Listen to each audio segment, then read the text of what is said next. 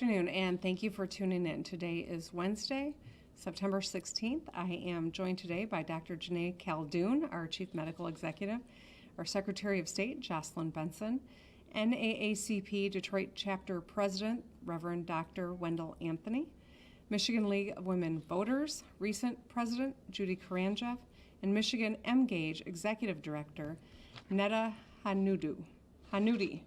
Sorry, Netta. I am very pleased to be joined with all of them today. The November elections are just 48 days away, and Secretary Benson and I are here today to make sure everyone knows how to exercise their right to vote and how to do it safely in the midst of this global pandemic. This has been an unprecedented year for elections in Michigan and across the country. Since the pandemic hit our state over 6 months ago, Secretary Benson and her team have been working around the clock to ensure that every Michigander can vote and can vote safely.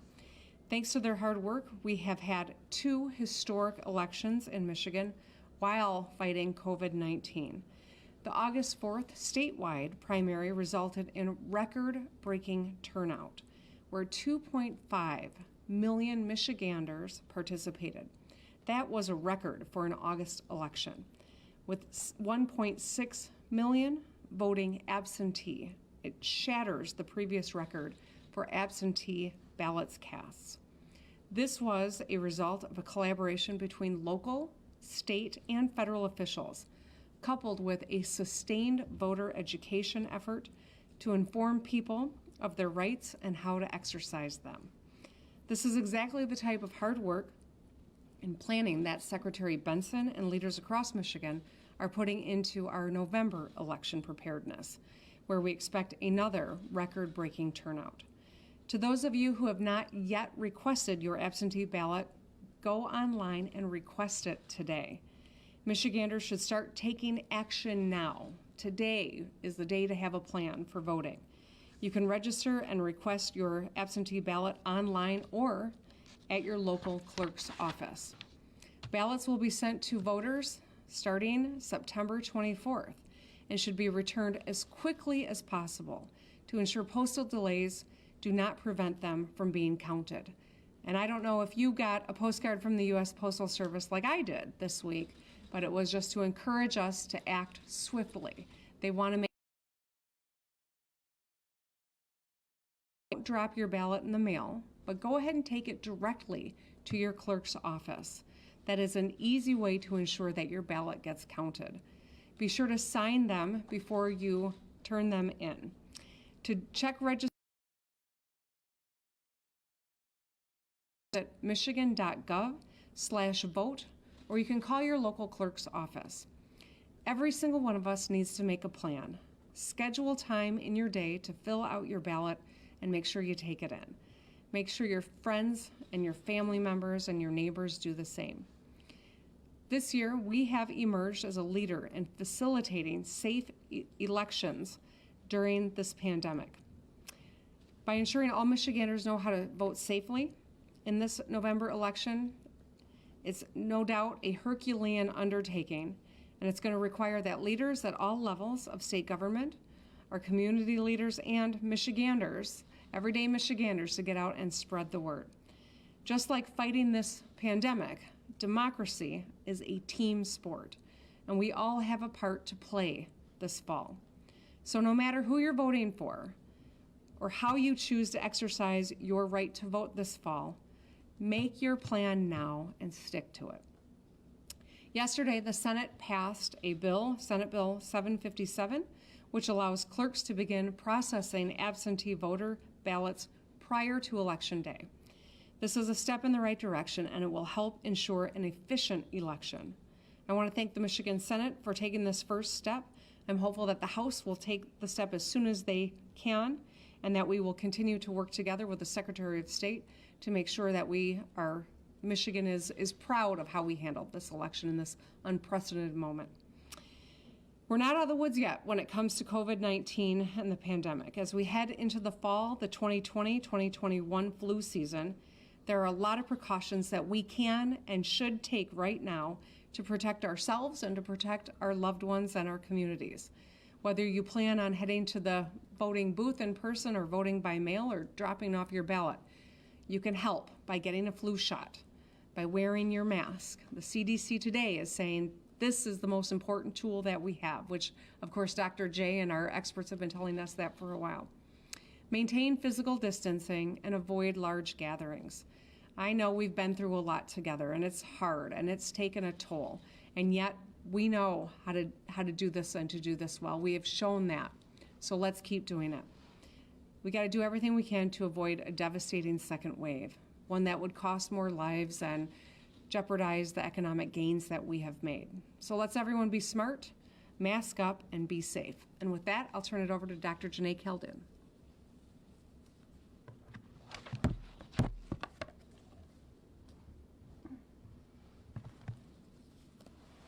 Good afternoon, and thank you, Governor. So today, we will announce 113,863 cases of COVID-19 in the state and 6,623 deaths. Overall, the state is at a rate of 57 cases per million, and our test positivity rate is now at 3.7%. The Detroit, Saginaw, and Traverse City regions all have declining case rates. Detroit and Saginaw have more than 40 cases per million people, and while the cases in these areas are declining, test positivity is increasing. The Traverse City region has 31 cases per million people, and test positivity is below 3%. Both indicators are going down in this region, however. The other 5 regions in the state have increasing case rates. The Kalamazoo and Jackson regions remain at over 40 cases per million people. The Grand Rapids, Lansing, and Upper Peninsula areas have increased to more than 70 cases per million people. These increases are in large part because of outbreaks associated with universities and colleges. However, our deaths remain steady, averaging under 10 deaths per day. And we're glad that this number is not as high as it was back in March and April, but our hearts are still with those who are still losing loved ones to this disease. We also know that people are surviving after being infected with COVID-19. There are over 85,500 people in Michigan who have survived and are alive at least 30 days after the onset of their symptoms. And that's a good sign. But I want to be very clear, death is not the only outcome that matters. Many people who survive COVID-19 do not immediately get back to their normal state of health and have a prolonged period of recovery. Some people who live end up needing a lung transplant. Some people live, but they end up having kidney failure and needing to be on dialysis. And we know there's evidence that some people have inflammation of their heart, something called myocarditis. And children are not spared from this disease either. I was so saddened to hear this week of a 2-month-old baby in Michigan who died because of COVID-19, and my condolences go out to their parents and family. Studies show that while children are less likely to get severely ill from COVID-19, they still can, and they can also pass it on to others, including adults who are more likely to get severely ill from COVID-19. Almost 800 children across the United States have been diagnosed with multisystem inflammatory syndrome, otherwise known as MIS-C, a disease associated with COVID-19 that can cause multiple organs to fail. 16 children across the United States have died from MIS-C. COVID-19 is not something to be taken lightly, and the measures that the governor has put in place are important to not just stop people from dying, but to stop people from getting a disease that can have.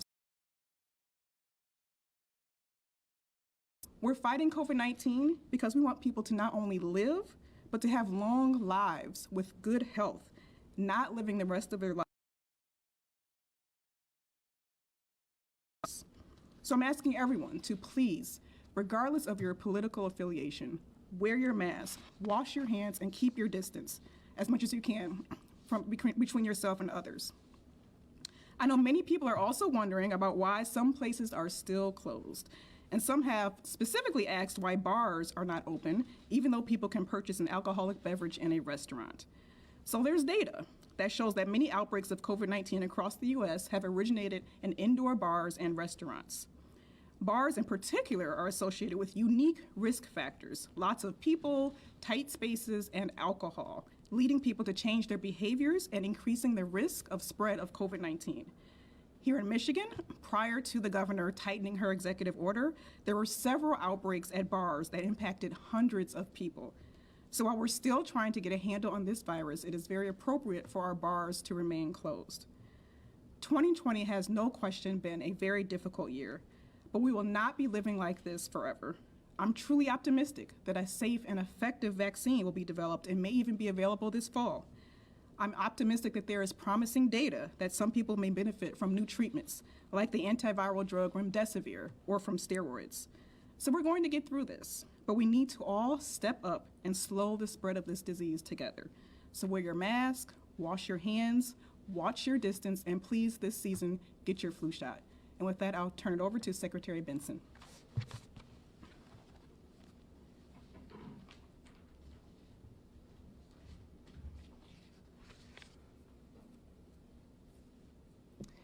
Thank you, Dr. Caldoun, and thank you, Governor, for hosting today's press conference and for your bold, data-driven leadership as you successfully lead our state through this unprecedented moment. I'm immensely proud to serve alongside this leadership team and grateful for the support that you, Governor, and others have shown in support ensuring that we are ready for November.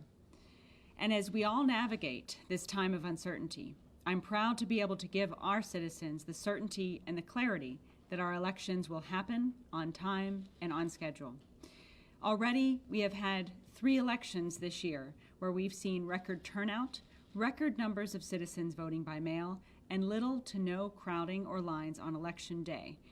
Our elections will continue to be accessible, safe, and secure, just as they have been this year, and voters will have this November, as they have had this year, several options to ensure their votes are counted and their voices are heard. We're on track to replicate our success of this year for November, and indeed, perhaps the silver lining of 2020 is that our voters want to talk about today.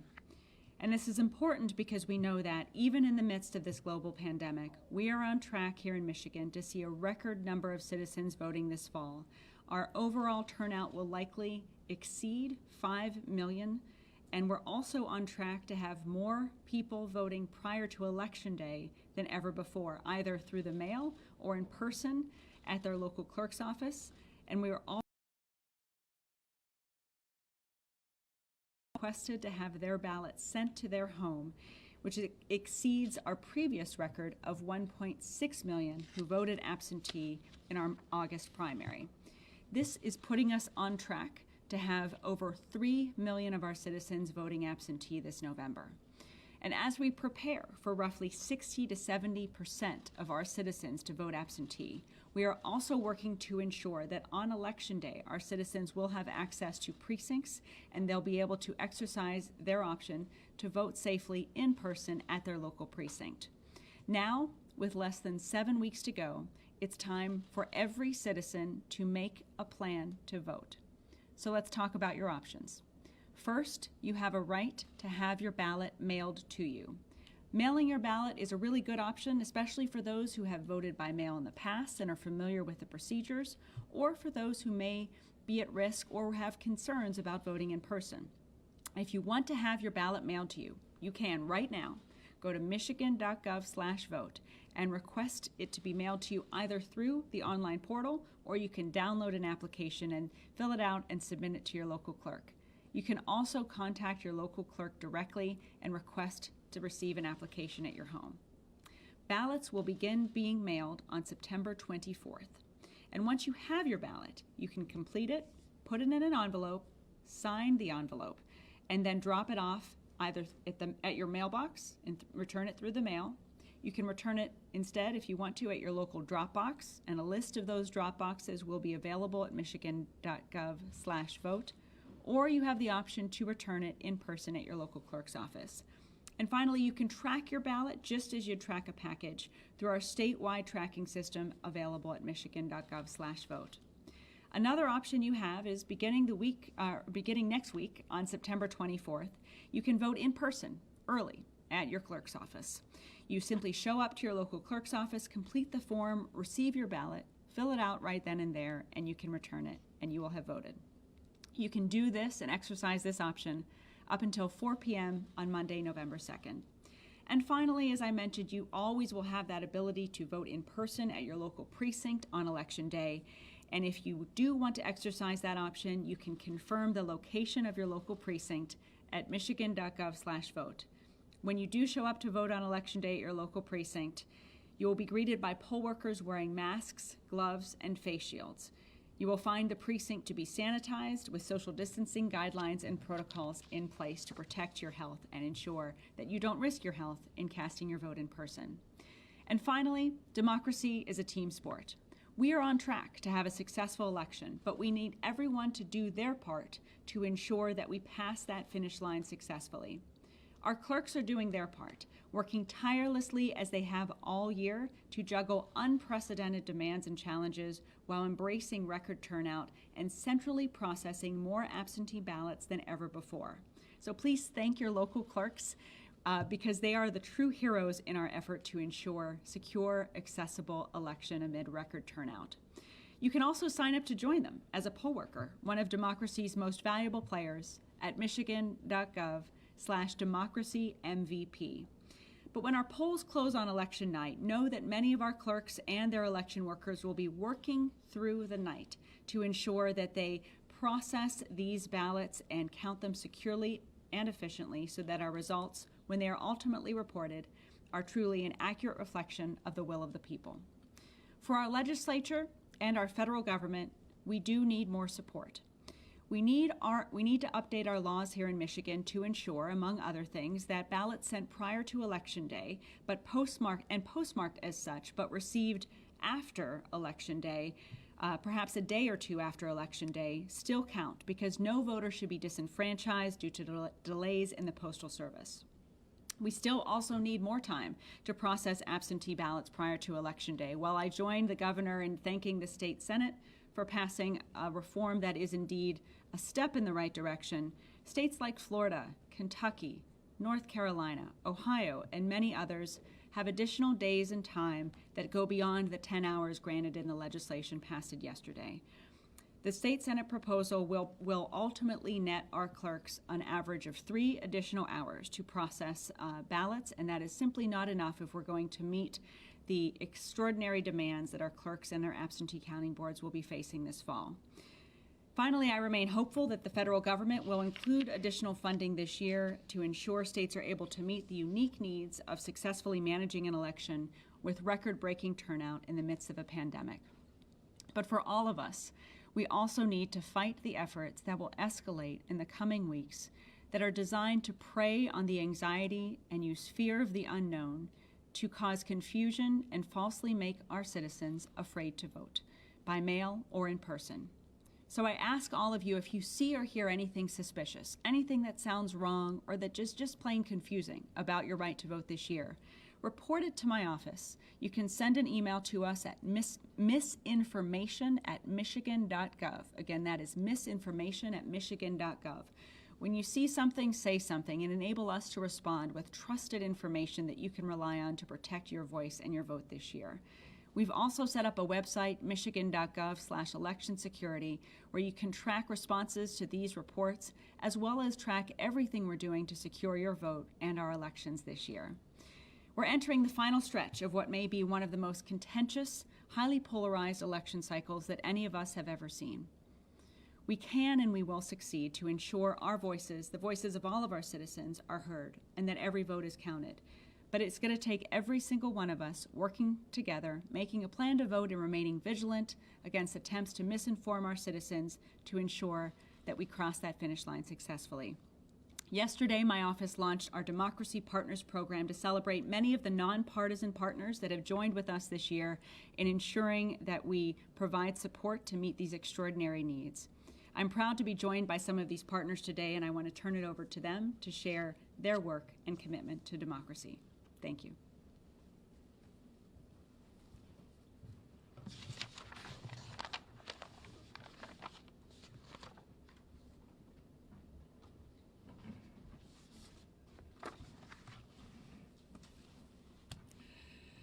Let me say good afternoon to everyone. I'm Reverend Wendell Anthony, President, Detroit Branch, NAACP. Let me thank Governor Gretchen Whitmer for her stellar leadership in this COVID 19 experience. She has been bold, she's been targeted, and she's not let anybody take her off point. Let me also acknowledge the work of Secretary of State Jocelyn Benson.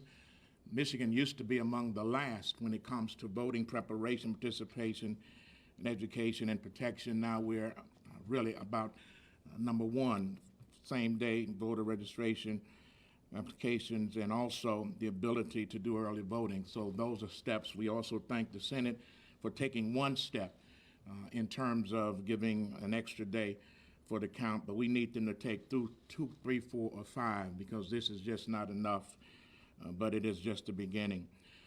Today I'm pleased to join with the Governor and the Secretary of State in the noble effort to reassure Michiganders that our elections are safe, secure, and that all votes will be counted. In this era of voter suppression, along with the misinformation and miscommunication from some of our nation's leading officials, we must speak up and speak out now. It is vitally important that the citizens know that we still live in a democracy. Voting is at the very heart and essence of preserving our republic. The Detroit branch NAACP remains committed to voter participation, preparation, and the general public of their rights as citizens, their access to the voting booth, absentee balloting, and the elimination of any barriers to exercise their constitutional right to vote. We are here to urge every citizen to think critically about any information that you hear to the contrary. Further, we want to indicate our commitment to protecting the rights of our citizens in the exercising of their civic duty. We at the Detroit branch are assembling the largest body of lawyers and advisors for the November general election. We will not tolerate any individual or groups that threaten or seek to prevent members of any group from exercising their right to vote. We look forward to working with Secretary Benson's office as we urge you also to utilize the email misinformation@michigan.gov or call the Michigan Bureau of Elections. We will not just depend upon the U.S. Postal Service or any other institution that may have leaders standing in the doorway of providing access to the voting booth. Every citizen has a stake in the outcome of this election.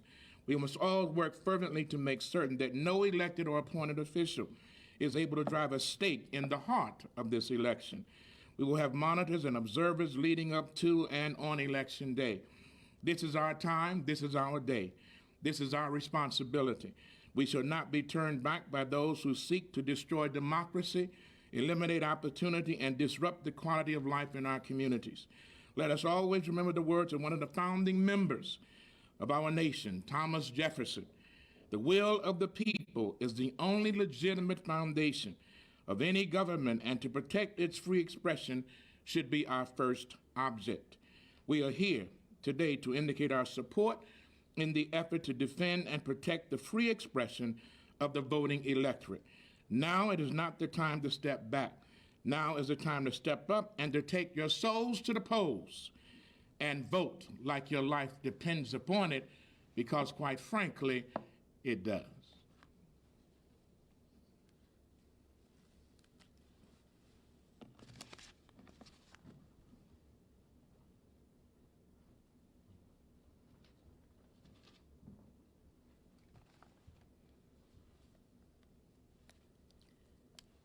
Good afternoon. My name's Judy Karanchek, and I'm recent past president for the League of Women Voters of Michigan. I too want to thank the Governor and Secretary of State and Dr. Jay for all of the work you have done to prepare for the election and to keep us informed about COVID. The League of Women Voters is a nonpartisan organization that promotes political responsibility through informed and active participation in government.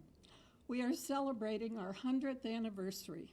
We host candidate forums that hopefully many of you have attended that educate voters and candidates in races at the federal, state, and local level. Through print and online voter guides, including vote411.org, we provide voters with essential information about the candidates and ballot issues so they can make informed decisions. They also have important information about election dates, voter registration, and other issues.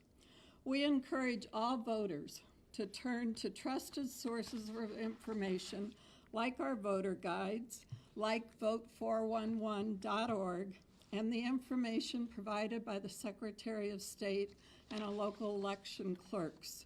We will work with all of you here today to assure that if anyone sees election information that is untrue or suspicious, they report it to the Department of State by emailing misinformation@michigan.gov. Thank you.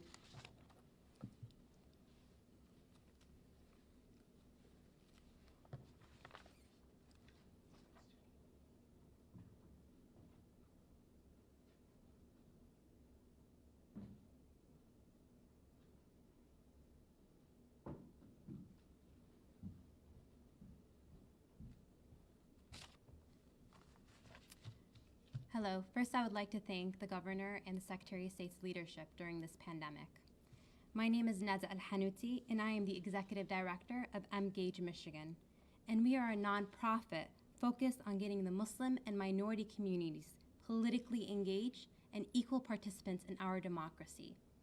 On behalf of Engage Michigan, I am so proud to announce our partnership with the Michigan Secretary of State to get out the vote. We are committed to turning out Michigan Muslims, and we are anticipating an unprecedented large number of voters thanks to the Secretary Benson's work to inform voters how to vote safely in their homes. Our job at Engage is also to educate the community on the process and their rights. We are encouraging all voters who are vulnerable to COVID-19 to vote in the safety of their homes. If voters wish to vote in person, we are encouraging them to vote early in their city clerk office starting on September 24th. We are working hard to make sure every vote is counted, but we need your help. As Secretary Benson mentioned, Michigan citizens can support our elections by serving as election workers. We are specifically looking for poll workers who are multilingual to serve our minority communities. PPE is also provided to all poll workers, and all polls are kept clean to keep voters and the workers safe. Please sign up at michigan.gov/democracy-MVP to empower all voters this November. Thank you so much for your time, and let's get out the vote early and on Tuesday, November 3rd. Thank you.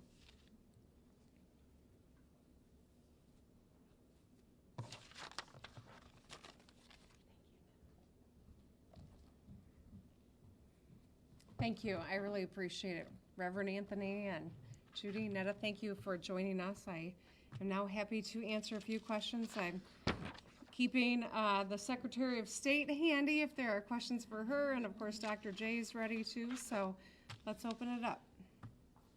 Okay, Governor, the first question will come from Arpan Lobo with the Holland Sentinel. Hi, Governor. With elections kind of being the focus of today's conference, in the past week, we've seen both candidates in this year's presidential election visit the state, and we saw President Trump hold a rally in Saginaw County that drew large attendance figures. I know in the past you've said you have concerns about these rallies, especially during the pandemic. Have you considered any steps that you will be taking or the state will be taking to try and prevent these rallies without social distancing measures? Well, I appreciate the question, and certainly we remain in the midst of a global pandemic. We have got COVID numbers that are concerning in all parts of our state, and we've made incredible sacrifice to get to this point. Businesses that were closed, jobs that were lost, over 6,600 Michiganders who've lost their lives, and yet this virus is still present. We've been able to re-engage, and we're stronger than just about most other states in the country when it comes to our economic recovery and it comes to the health of our people. And yet it's all incredibly precarious. We know we drop our guard now, we can see community spread in our state, and that's what the primary concern is here. I know that we are in an election year, and I know as someone who's been on the ballot how important it is to engage with voters, and I respect the fact that There are different campaigns that want to be in Michigan, but I am imploring them to follow their own best guidelines. The federal guidelines would tell you it's unsafe to pack people into a venue without masks where people are projecting their voices. That's the federal guidelines. So every candidate should follow the Michigan guidelines and the federal guidelines. That being said, we know that there are First Amendment rights here that are at issue. We also know that the practicalities of going in and enforcing this on candidates probably doesn't make a lot of sense, and so that's a concern. So we're asking people to do the right thing. If you are going to be attending an event that is out of compliance, protect yourself by wearing a mask. Protect your family. Watch the event on television is always better. You get a better vantage point. You can hear everything that they're saying. But I am asking that everyone with a platform, whether you are the head of a business or the head of a household or the head of a party, to do the right thing to protect the people of our state. And that's what is most concerning for me. Anything to add, Dr. J? Okay. Thank you. All right, the next question will come from Eric Lloyd with TV 9 and 10. Hello, Northern Michigan question. Regions 6 and 8 have held steady in Phase 5 for several months, but there have been some discrepancies, like recently Amendment 181 dropped the limit of indoor venues crowds from 250 to 10 to match the rest of the state, despite being in Phase 5 compared to Phase 4. So, two-part question, what was the reasoning for that? And then we've seen a jump in the Upper Peninsula this new reporting time. What are we seeing numbers-wise in those regions, and are they trending up and down? So I'm going to hand this over to Dr. J, but I will say that we're very concerned about the numbers and what we've been seeing consistently coming out of those two regions in particular. I've always been very clear that we've got to look at this as a dial where we can engage additional activities if we can keep our numbers low, but when they continuously climb, then we may have to dial back a little bit. And so I Eric, appreciate that you obviously come from these regions, but that you're highlighting it because it is an ongoing concern. With that, I'll hand it over to Dr. J to talk a little bit more about the numbers. Yes, that's an excellent question. We're certainly watching the northern part of the state, especially in the Upper Peninsula. I can say that they've been at a rate of over 40 cases per million since the beginning of July.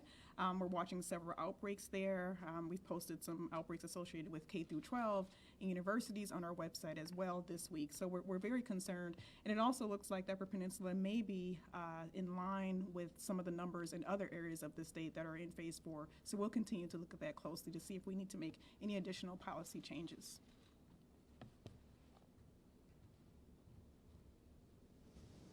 Okay, the next question will come from Beth LeBlanc with the Detroit News.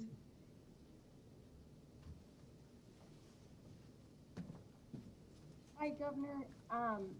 There have been a little over 2,100 residents who have died in nursing homes since the start of the pandemic.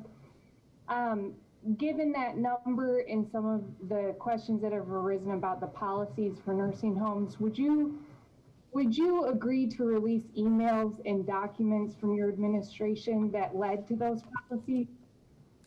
So, Beth, I appreciate the question about nursing homes. I think one of the saddest tragedies of this particular novel virus is that it has really spread and it's been so contagious, and we know that older people around the globe and people with medical vulnerabilities, people in congregate care settings are uniquely vulnerable to this particular virus. I want to reiterate that this remains a novel virus, right? We've never seen anything like this. I was recently watching a documentary on the 1918 pandemic, and it was very clear that that was one where it really was, it was children that were more vulnerable and pregnant women. And so I highlight that because it's important to recognize that even at the onset of understanding this virus, we've been learning an incredible amount in a very short period of time. As I believe the task force and all the work that we've done has been following CDC best guidance at the time, There's no question that the sad reality of this particular virus is, whether it's in Michigan or any of the other parts of the world or parts of our country, without a question, has had more loss in nursing homes than just about any other setting. With that, I'm happy to hand it over to Dr. J. Is there anything more you want to add? Okay, thanks. So absolutely, that's a great question about nursing homes. We're certainly concerned about any death related to COVID-19 and of course the outbreaks that are associated with nursing homes. But if you look at independent studies and data across the country, Michigan is similar to a lot of other states, and quite frankly, by many accounts, we're doing better when it comes to nursing home cases than other states. But again, we continue to work very hard, working with the task force, working with others to make sure that we're doing everything we can to protect residents of these congregate care facilities.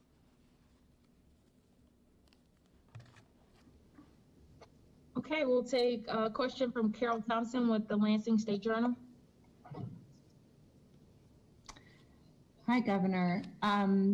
Given the increase in COVID-19 cases in the Lansing area, which our county health officer described yesterday as a wildfire, what would it take for you to issue further restrictions or closures to certain businesses or sectors in our region?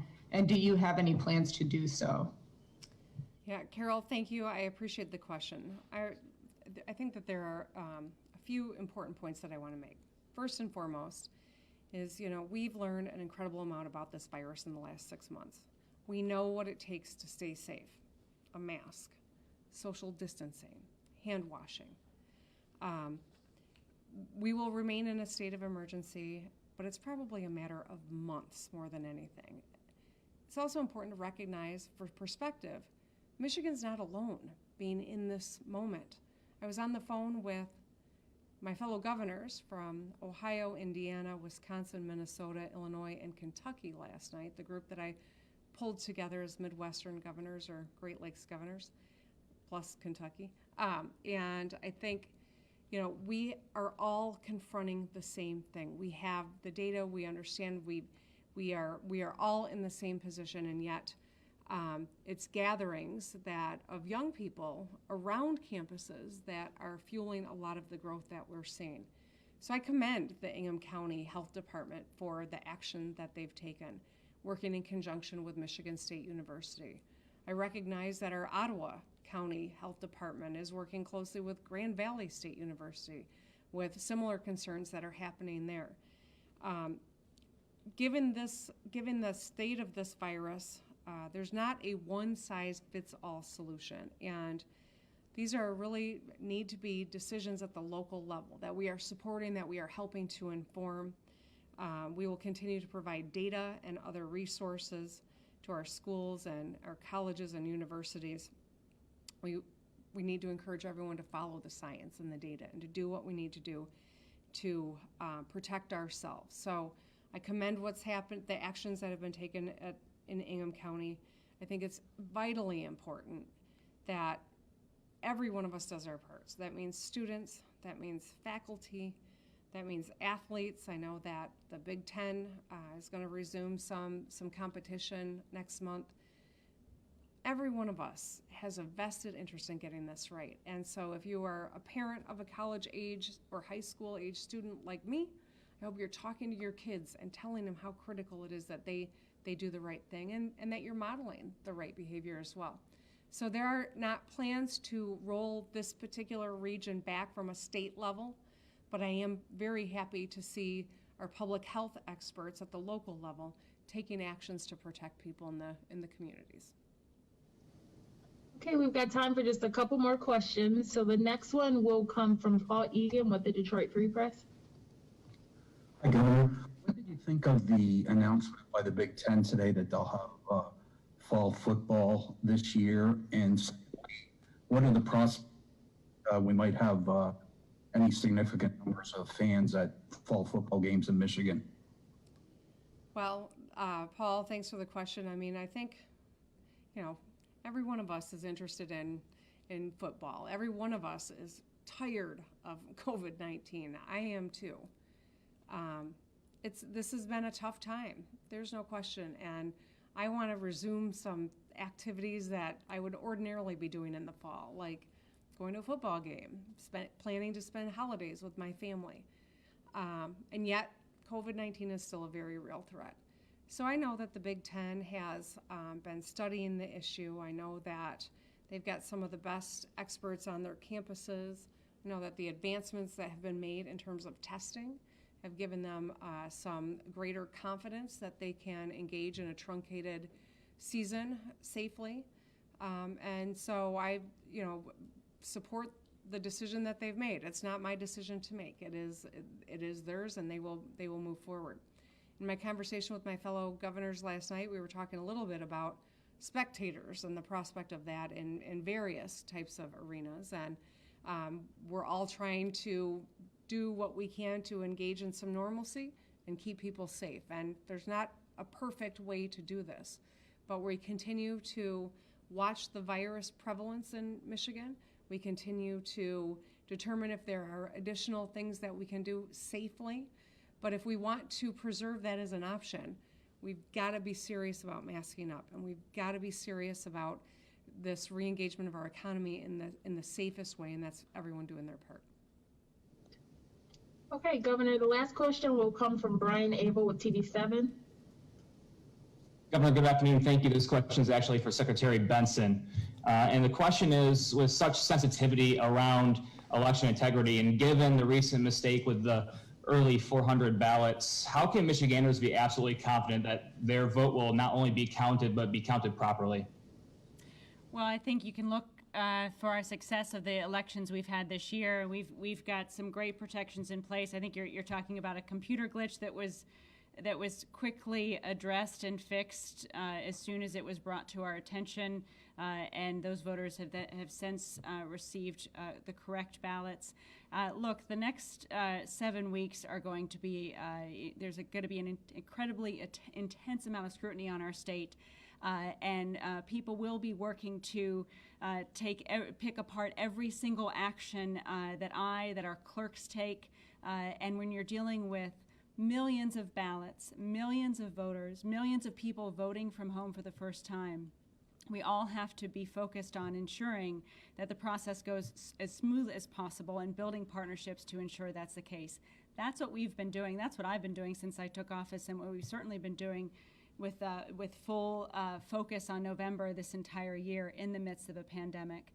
So that said, I'm proud of the 3 elections we've successfully held this year. I'm proud that we've avoided some of the missteps that other states have encountered with long lines at the polls, and that we've built and implemented best practices like a ballot tracking process to ensure people can track their ballots, that we've implemented for the first time statewide post-election audits so that citizens can have confidence that our machines are accurately counting our ballots. And we're going to continue to be transparent every step of the way about all of the issues that we encounter this election, and also ensuring that from the moment the polls close to the moment we have the full count of all of our votes, that our citizens and the public nationally knows where we are in every step of the process. That's one of the reasons why we created the website I talked about earlier, michigan.gov/election security, because we know in the weeks ahead the efforts to confuse voters or feed on anxieties and fears and challenges to sow seeds of doubt in our electorate about their confidence and affect their confidence in the process are going to be rampant, regardless of what I do or what anyone else does. And so we're going to continue to be transparent. We're going to continue to operate the election security website to inform voters about everything we're doing and respond to their questions. And we're going to continue doing what we've done successfully this entire year, which is inform our citizens about their options to vote this fall, ensure that those options work for our citizens, and also ensure that our clerks have the support and resources they need to process these historic levels of absentee ballots and also a historic turnout that we're anticipating for this fall. All right. Can we do a question for Reverend Anthony? That was the last question, Tim. I can likely put you in touch with him. But thank you, Governor. Thank you, everybody.